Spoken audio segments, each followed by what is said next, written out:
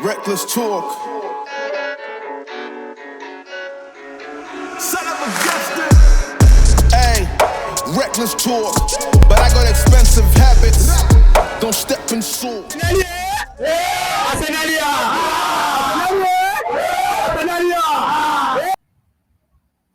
All right, so morning, evening, afternoon, wherever you are. Don from Kenya Gunas TV, back again with another video. So I'm joined with Kwame. They're basically talk about the blue card. Kwame, we're basically just talking about the blue card, Yes.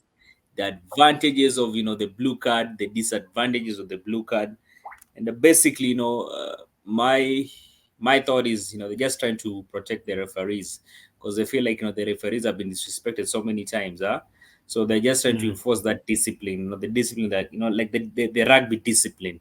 You'll rarely see a rugby player throwing tantrums. You'll rarely see a rugby player getting in altercation with the referee. So it's more of like trying to beat a player. Is it 10 minutes? Was it 10 minutes? 10 minutes, then you get back in the game, right? Yes. Yes. 10 minutes. Yeah. But Yeah. for me, I beg to differ in terms of the blue card. We have to take cognizance of the human element to football. If referees were being shot dead by fans, Yeah. then I'd be like, or they're being beaten after football games, then I'd say, whatever. But if there's dissent, you see, for example, if it's a coach who's very popular and he can try to influence the game or the ref, if a certain player is shouting and it's obvious that he's trying dissent after warning, then he can get a warning. If he doesn't listen to the first warning, the second one he's given a yellow. Right. So if he continues to talk badly, because this is a human sport, you cannot now micromanage every single element. That the sin bin or the blue cards works well for rugby because of the type and the nature of the way the game is played. Yeah, but in this game, stopping it every 5-10 minutes destroys the flow of the game. Yeah, it destroys. Because 100%. Because if you look at rugby, just the way you're saying, rugby is a graining ground kind of football. Because you have to gain ground for you to go and actually get a try. But you see football, there's a lot of crisscross, there's a lot of diamond runs, there's a lot of triangle pyramids and whatnot. With rugby, it's more like counter attacks. So with rugby is more like just going forward. So it works well for rugby, but for football, definitely it will destroy the game. But and then rugby is dangerous. There's tackling, there's punch. Sometimes a handoff is like a punch, and somebody can use a handoff to injure somebody. So you see, when you see somebody is trying to pretend to play, but he wants to hurt you, which happens in rugby, then there it's okay because it's very physical. But you see in football, I don't think the physically just tackling, like we don't need, unless the referees are being prima donnas, just somebody shouts that there is so much emotion in a game. It's like telling the fans to come to the stadium and they're not supposed to shout or scream or say anything. Whatever, they should just sit, watch the game. It's ridiculous. They will be affecting the game. They can test it on the like the UEFA Cup for the kids. But for me, I think they should not even. It's a non-starter to me. It's a non-starter. This is a human game. It has a lot. What makes football special is the emotion. What built AFTV is because of the emotion of football. So if you remove the emotion, it becomes like too corporate. Oh, you looked at the ref badly. Oh, the blue card. Or whatever you looked. I mean, what times are we coming? It's very soon they're going to say something about LGBTQ rules for football. Yeah. It's ridiculous. We're opening a door for silly things. So I'm not for it. Yeah. So the whole idea with like you said, first of all, it needs to be tested. Though, as much as yes, it's not like I agree with the blue card because I understand rugby very well. Being a former rugby player, I also understand football. So, for football, it will definitely destroy the game. But you see, they basically need to test it. I feel like what these guys need to focus on is first of all improving the people behind the VAR. They're focusing on silly things. You do realize, Wolves have scored, man. It's Liverpool versus Wolves. Wolves have already scored. Anyway.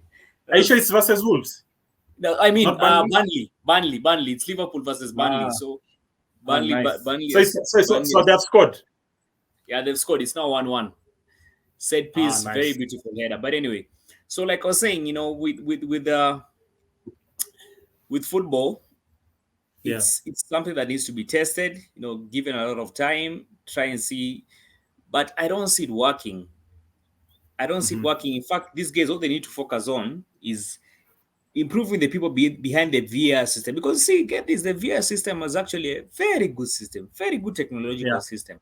It's just that you see the people behind it are the guys who mess up the whole thing. So if we imagine trying to run a situation where you have a good system, a really good system, the VR system, but then you see you have people behind it messing it up. So what have not the sin been? Yeah. You see, it's going to be. But I don't know about you. I normally follow La Liga. Yeah. And the refs there run VAR perfectly. It's even only look at in Africa Cup of Nations. Even look at Africa Cup of Nations. The VR in the Africa Cup of Nations has been so professionally handled, so fair. It's so precise. Just separate. You see, the problem with the Premier League is, you see some of these referees, they have affiliations with some of these clubs. You might even find there's a referee even who's been against Arsenal the whole of his life. Yeah. Yes. Is the guy reffing the Arsenal game? What do you expect? Imagine a sin bin situation. If you have a sin bin, then clearly we're talking about a blue card. Imagine you have a blue card. Yes. It's just going to be blue cards all over the place. Blue card. Yes. And especially our team Arsenal. Man, if there's any team that has been unfairly treated by the Premier League, it's Arsenal. That's why even Arteta was not charged, because he provided evidence. Yeah. He went to court and they let it slide. I think, just so that we don't dwell on that too much, the issue about the card and all that, I think we have. Let's focus on the football. Let's focus on the injury situations of most clubs. You see, those are the things we need to improve, so that players don't get injured. So with the increased number of competitions and games, how can we protect the player, and so that the game, we don't lose. You see, like now, for example, we've not had Partey almost the whole season. People are paying to come and see somebody like Partey. He can't come and play.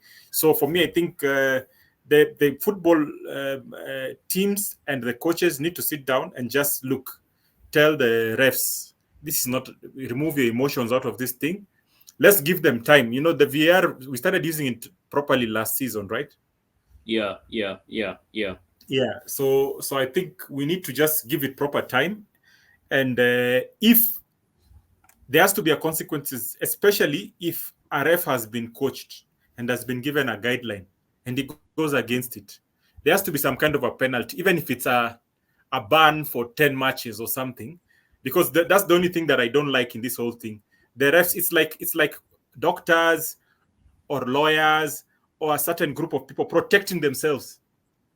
If you've made a mistake and you have cost us the Premier League because of a few points you've stolen from us, then there has to be a consequence. So if you've been trained, they need to have a crash course on VAR. And they need to coordinate. They have those things in their ears. There's somebody watching the video permanently. There's the other refs on the sides running. Then there's them. So they have more than enough time. You'd rather even take a few more minutes, because you can add minutes to do what? To make sure that you're making the right decision. So if somebody is watching the video and is zooming in, then they need to agree, the three of them, the linesman, the ref, and the technical person. And depending on the type of foul, the decision can be made by the VAR expert. Right?